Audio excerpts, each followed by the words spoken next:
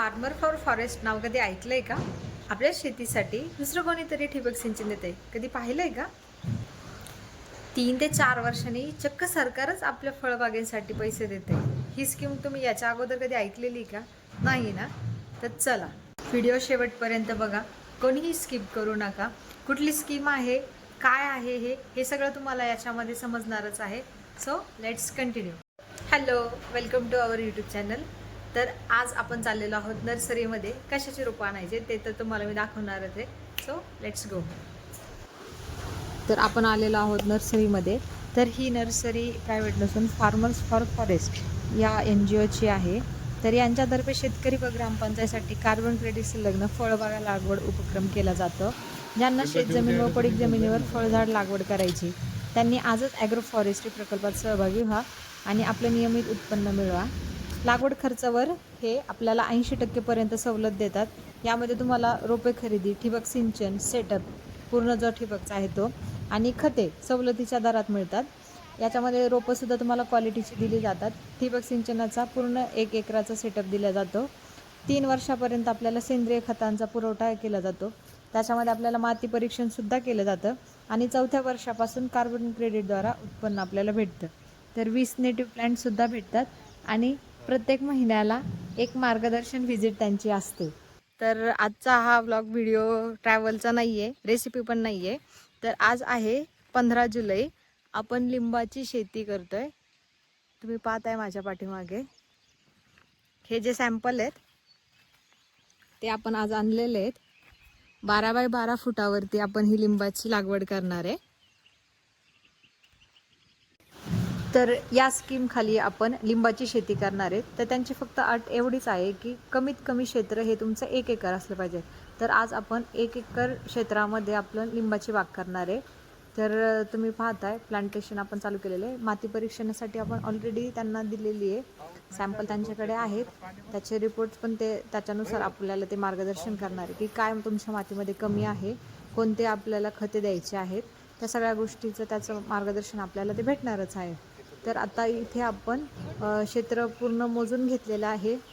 आपण 12 bye 12 फुटावरती marking करून घेतलेली आहे. आडवी आणि उभी दोन्हीसुद्धा मार्किंग आपण केलेले आहेत आणि त्याच्यानुसार आपण खड्डे पण घेतलेले आहेत. तर खड्ड्यामध्ये अगोदर आपण कंपोस्ट टाकतोय. खाली 100 ते 200 ग्रॅम टाकतोय.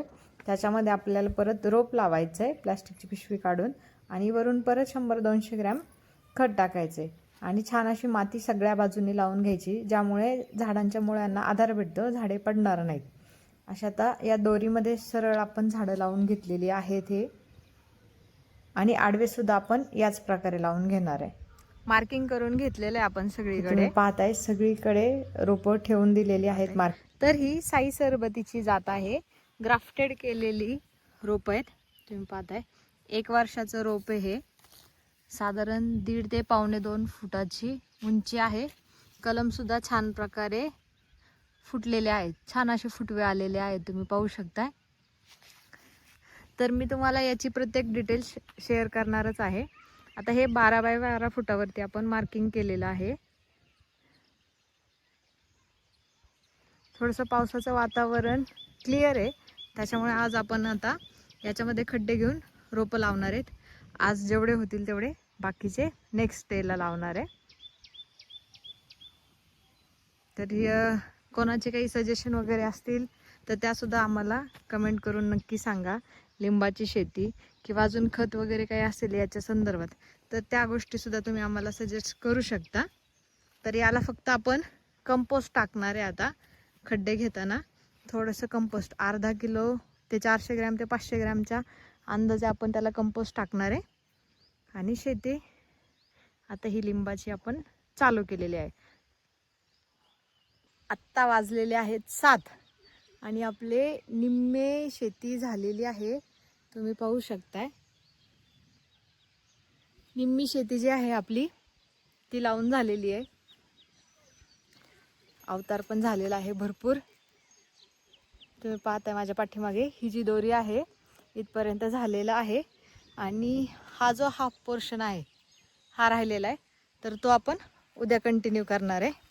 So continue.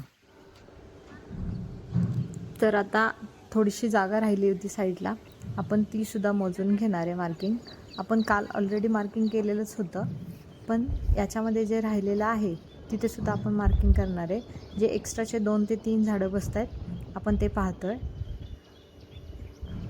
शेतीचा आकार स्क्वेअरमध्ये नाही आहे, पण आपण प्लांटेशन जे करतो आहे ते स्क्वेअर सिस्टीममध्ये म्हणजे चौकोनीमध्ये करणार आहे. आपण 12x12 चारी पण साईडने जागा दिसली पाहिजे.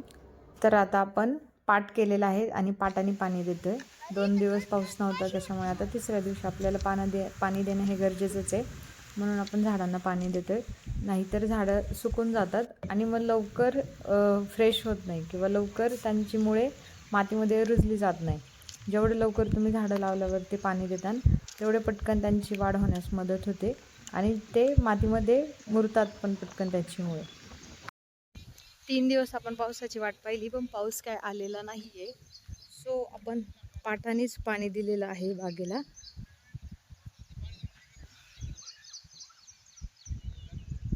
सगळीकडे पाणी भरून झालेलं आहे आणि छान अशी टवटवीत झाडं आपली झालेली आहेत. तुम्ही पाहता ही कलम केलेली झाडं आहे साई सरबती या जातीची. आपण 12x12 फुटावरती ही झाडं लावलेली आहेत स्क्वेअर सिस्टीममध्ये. तर आपल्या या 35 गुंठ्याच्या प्लॉटमध्ये टोटल 241 झाडं बसलेली आहेत. अजून जे शिल्लक आहेत आपण ते दुसऱ्या ठिकाणी लावणार आहेत. ते 3 दिवसानंतर आपण प्लांटेशनच्या 3 दिवसांनी पाणी दिलेलं आहे. जर वातावरणाचा अंदाज पाहून आपण थोडी पावसाची वाट पाहिलेली, पण पाऊस काय झाला नाही, म्हणून आता बोरवेलचं पाणी आपण दिलेलं आहे. स्लोप जमिनीचा थोडासा अनइवन आहे, त्याच्यामुळे आपण 2 झाडांच्या नंतर पाट पाडून मग इकडे पाणी दिलेलं आहे. तुम्हाला या सगळ्याची अपडेट आता वेळोवेळी आपल्या व्लॉगमध्ये पाहायलाच भेटणार आहे. आणि आता मध्ये आपण इंटरक्रॉपिंग करणार आहे. तर याच्यामध्ये आता आपण कोथिंबीर म्हणजेच धना लावलेला आहे. 2 वाफे पाडलेले आणि याच्यामध्ये आता धना लावलेला आहे. तर बघू आपण. आणि बॉर्डर क्रॉपिंग सुद्धा आपण याच्यामध्ये केलेली आहे. या साईडला तूर, इकडे जे आहे या साईडला तूर लावलेली आहे आणि ज्या 3 साईड राहत आहे त्याला आपण आता मारीगोल्ड लावणार आहे. झेंडूची आपण बॉर्डर क्रॉपिंग करणार आहे त्याला. तर खूप लोकांचे प्रश्न असतील की किती पैसे भरावे लागतात किंवा आपण काय करायचे, त्यांना डॉक्युमेंटेशन काय, ते प्रोसेस काय. तर प्रत्येक फळबागेसाठी ही वेगळी अमाऊंट आहे. तर आम्हाला लिंबाच्या बागेसाठी 8,000 रुपये एकरी खर्च आला. तर त्याच्यामध्ये आपल्याला रोपं पण भेटून गेली, ड्रिपचा सेटअप पण भेटून गेला, प्लस माती परीक्षण, खत भेटले आपल्याला आणि आता दर महिन्याला त्यांची एक व्हिजिट पण भेटणार आहे. प्लस आपल्याला कडेला लावायसाठी बांधावरती 20 झाडंसुद्धा भेटलेली आहेत. तर याच्यामध्ये आपल्याला अजून पण फळबाग आहेत जे त्यांच्याकडून आपण लावू शकतो. तुम्हाला जर दुसरी कुठली फळबाग लावायची असेल तर तुम्ही ते सुद्धा त्यांच्यातर्फे लावू शकता. जात ही आहे जी रेग्युलर सगळीकडे चालते, ती जात किंवा त्या जातीचं वाण आहे तो वापरला जातो किंवा तुम्ही त्यांना सजेस्ट करू शकता तुम्हाला जो पाहिजे तो जर अवेलेबल असेल त्यांच्याकडे तर ते पण तुम्हाला देतीलच. प्लस ही जी झाडं आहेत 20 झाडं, तर याच्यामध्ये काय असतं, जे बॉर्डरचे आहेत महोगनी, शिसम, अर्जुन, कांचन किंवा आवळा आहे, चिंच आहे, हे नेटिव्ह झाडं तुम्हाला भेटतात. तर 3 ते 4 वर्षानंतर जेव्हा या झाडांची उंची वाढते, तर 4 वर्षानंतर झाडाचं कार्बन त्याची काउंट केला जातो. म्हणजे झाडाची उंची किती आहे, खोडाचा बांधा किती आहे, त्याच्यानुसार आपल्याला मग पैसे जे ठरलेले असतात सरकारच्या स्कीममध्ये तसे पैसे आपल्याला भेटतात. तर या स्कीमचा फायदा काय माहिती का, आपल्याला उत्पन्न पण होतं, आपली फळबाग पण होती, प्लस आपल्या फळबागेने जो कार्बन हवेतला शोषलेला असतो आपल्याला त्याचे पण पैसे भेटतात. आपल्याला मार्गदर्शन पण भेटतं आणि जो आपला खर्च आहे त्याच्यामध्ये आपल्याला 80% सूट भेटून जाते. प्रत्येक फळबागेचं अंतर हे वेगवेगळं असतं. तर लिंबाची आपण जी लावलेली आहे तर एका लाईनमध्ये लावायची किंवा मोजून लावण्याचा फायदा काय, तर जेव्हा आपण 2 ते 3 वर्षापर्यंत झाड छोटं असतं तोपर्यंत आपण त्याच्यामध्ये इंटरक्रॉपिंग करणार म्हणजे आंतरपीक पद्धत करणार. तर त्याच्यामध्ये आपण धना मेथी आता स्टार्टिंगला घेणारच आहे. बाकी पुढे पाहूच आपण दुसरी कुठली पिके घ्यायची ते. तर याच्यामध्ये जेव्हा आपण मशागत करतो तेव्हा काही प्रॉब्लेम येत नाही. झाडं एका रेषेत असतात, त्याच्यामुळे ट्रॅक्टरला वगैरे काही अडचण येत नाही किंवा वाफे वगैरे जे पाडतो आपण, सरी पाडतो, त्या पण एका रेषेत होतात. त्याच्यामुळे पाण्याचा सुद्धा काहीच प्रॉब्लेम येत नाही. आणि आपण आपली जी मेन फळबाग आहे तिला तर आपण पाणी देतोयच आहे सध्या. प्लस आपण त्याला आता ड्रिपचं सेटअप पण आणलेला आहे, त्याच्यामुळे तो ड्रिप पण करणार आहे. पाण्याची बचतसुद्धा होते. तर आता ही जी शेती आहे आमची, ही आहे थोडीशी डोंगराळ भागामध्ये. तर आपण हा पहिल्यांदाच प्रयोग करतोय. आता याचा सक्सेस रेशो किती आहे किंवा त्या मातीमध्ये, त्या वातावरणामध्ये, पाण्यामध्ये आपली झाडं कशी येत आहेत, किती वर्षांनी फळं लागत आहेत, ह्या सगळ्या गोष्टी तुम्हाला मी व्हिडिओमध्ये शेअर करणारच आहे. प्लस जे कोणी आत्ता व्हिडिओ पाहताय, ज्यांची सुद्धा इच्छा आहे की आपल्याला फळबाग वगैरे करायची, तर मी डिस्क्रिप्शनमध्ये डिटेल्स टाकते आहे. त्याच्यावरती नंबरसुद्धा टाकते मी त्यांचा. तर तुम्ही त्यांना कॉन्टॅक्ट करू शकता.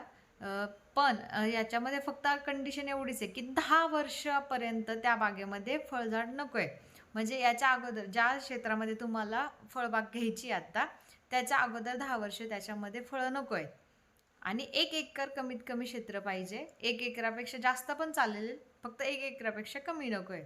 तर ही सगळी मी तुम्हाला ही स्कीमची माहिती सांगितलेली आहे या व्हिडिओमध्ये. तर आता इथून पुढे झाड किती दिवसाचं झालं आहे किंवा आपण परत दुसरे खत कोणते देणार आहे त्याला, तर ह्या सगळ्या गोष्टी आता पुढच्या व्हिडिओमध्ये भेटतील. तर तुम्हाला हे असे व्हिडिओ पाहायला आवडतील का? तर मला नक्की कमेंट करून सांगा.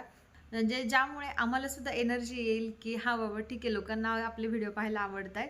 म्हणजे जेव्हा केव्हा आम्ही गावाला जाऊ किंवा नवीन कुठली शेती करायची असेल, पीक करायचं असेल, तेव्हा ते आम्ही तुमच्यापर्यंत शेअर करू. तर मला नक्की कमेंट करून सांगा. आणि कोणाचे काही प्रॉब्लेम असतील किंवा कोणाला काही डाऊट क्वेश्चन असेल तर तुम्ही नक्की कमेंट करून सांगा. थँक्यू.